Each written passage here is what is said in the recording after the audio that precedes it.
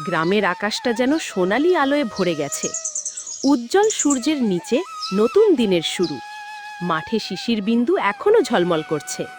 দূর থেকে শোনা যাচ্ছে পাখির কলরব আর গরুর ঘণ্টার টুংটাং শব্দ। এই গ্রামের নাম পদ্মাপুর। এখানেই থাকে এক কিশোর, নাম তার রাহুল। বয়স মাত্র 15।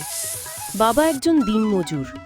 খেতে হলে তোকে কাজ করতে হলে। পড়াশুনো করে মানুষের মতো মানুষ হওয়ার স্বপ্ন।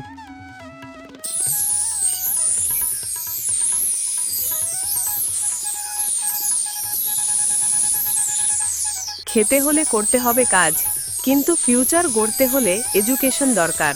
চেষ্টা থাকলে সব সম্ভব। আমি তোকে বই দেব, তুই প্রতিদিন পড়বি। নতুন আশা জেগে উঠল রাহুলের মনে।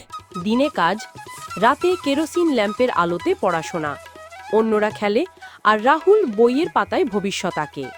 গ্রামের ছেলেরা হাসে, তুই গরিবের ছেলে, বড় কিছু হবি। কিন্তু রাহুলের চোখে জ্বলে ডিটারমিনেশন। অবশেষে এলো পরীক্ষা। হোয়াইট ইউনিফর্ম পরে কলম হাতে রাহুল লিখে চলল তার স্বপ্নের গল্প। গ্রামের সবাই অবাক।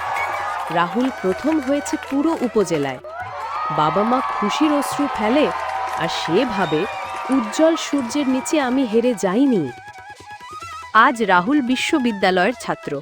ব্যাকপ্যাক কাঁধে নিয়ে সে কনফিডেন্টলি হাঁটে। তার পথ এখন উজ্জ্বল। এখন সে গ্রামের বাচ্চাদের পড়ায়, বলে, dream big, never give up. একদিন তুমিও আলো হয়ে উঠবে। সূর্যের আলো সবার জন্য। লাইফ যত কঠিনই হোক, কিপ ওয়ার্কিং হার্ড, কারণ অন্ধকার রাতের পরই আসে উজ্জ্বল সূর্যের সকাল।